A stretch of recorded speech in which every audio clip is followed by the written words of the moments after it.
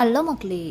டே ஃபுல்லாக சூப்பராக போகணுன்றதுக்காக காலையில் ஏந்திரிச்சு எல்லாருமே அவங்களுக்கு பிடிச்ச விஷயத்த செய்வாங்க. எங்களுக்கு பிடிச்ச விஷயம் என்னன்னு கேட்டிங்கன்னா டீ தாங்க. அதனாலே நானும் எங்கள் அம்மாவும் காலையில் எழுந்து டீ குடிச்சு முடிச்சுட்டு தாங்க எல்லா வேலையும் பார்ப்போம். டிஃபன் இல்லாமல் கூட நாங்கள் இருப்போம். ஆனால் டீ இல்லாமல் நாங்கள் இருக்கவே மாட்டோங்க. எவ்வளோ டீ கொடுத்தாலும் நாங்கள் குடிச்சிட்டே இருப்போம்.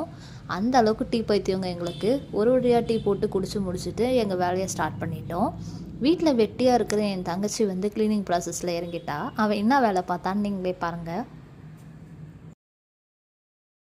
பாத்ரூம்லேருந்து மக்கும் டிடர்ஜென்ட் பவுடரும் தூக்கிட்டு எங்கே போகிறான்னு பார்த்தீங்கன்னா பீரோ கண்ணாடியை க்ளீன் பண்ணுங்க. இதுக்கு வேறு ஒரு டைலாக் வச்சுருந்தா. அந்த டைலாக் என்னன்னு பார்த்தீங்கன்னா, பளபளன்னு எப்படி ஆக்குறேன் பார்க்குறீங்களா அப்படின்னு சொல்லி அவளே வந்து பேசி அதுக்கப்புறம் பார்த்தீங்கன்னா க்ளீன் பண்ண ஸ்டார்ட் பண்ணிட்டா.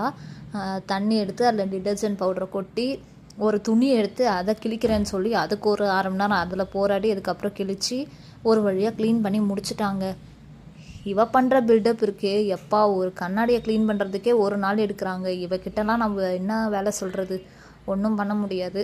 இதே மாதிரி உங்கள் வீட்டில் ஏதாவது ஒரு வாள் இருக்கான்னு சொல்லி கீழே கமெண்ட் பண்ணுங்கள். வீட்டில் வெட்டியாக இருந்தால் இந்த மாதிரி தேவையில்லாத வேலையெல்லாம் பார்க்க தானே தோணும். அந்த மாதிரி உருப்படியாக எந்த வேலையும் செய்யலைங்க. இந்த கண்ணாடியை க்ளீன் பண்ணுறேன்னு சொல்லி அந்த ப்ராசஸில் இறங்கி எல்லா வேலையிலேருந்து தப்பிச்சிட்டா. அதுக்கு பதிலாக நான் மாட்டிக்கிட்டேன்.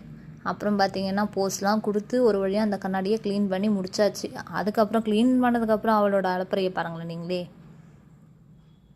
இந்த மாதிரி பார்க்க பார்க்க நமக்கு கொஞ்சம் இரிட்டேட் தான் ஆகுது.